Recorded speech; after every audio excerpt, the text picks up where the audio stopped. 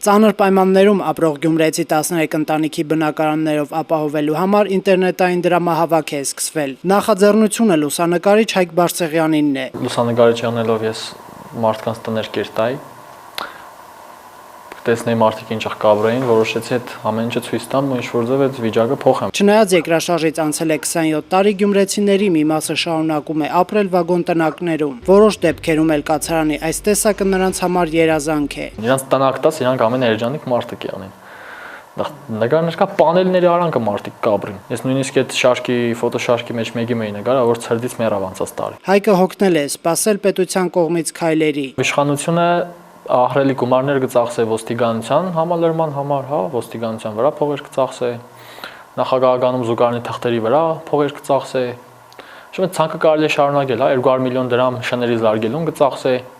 Այդ իշխանությունը արդեն երկար տարիներ շարունակ ապացուցել է, որ ինքը ուրիշ բառ չեմ գտնի, քան ինքը զիբիլ է, էլի։ Եվ արդեն հոգնակ էլ է զիբիլի մեջ քաջուջենելով, արդեն չկանք հասկանամ, դիփորձենք մենք ժողովրդով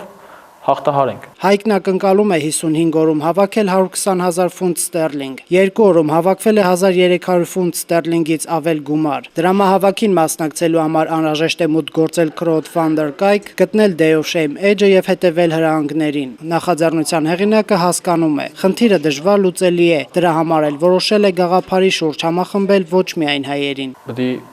համաշխարհային հանրությանը հասցնենք այս խնդրեմը, որովհետեւ այդ խնդիրը լուծվի, թե չի լուծվի։ Մենք հայերով, հա, չգիտեմ, սպյուրքն է, ինչ է, բոլորով փորձենք ինչ-որ չափ օգնենք այս պրոյեկտի սկզբին, որովհետեւ թափ հավաքի եւ ավելի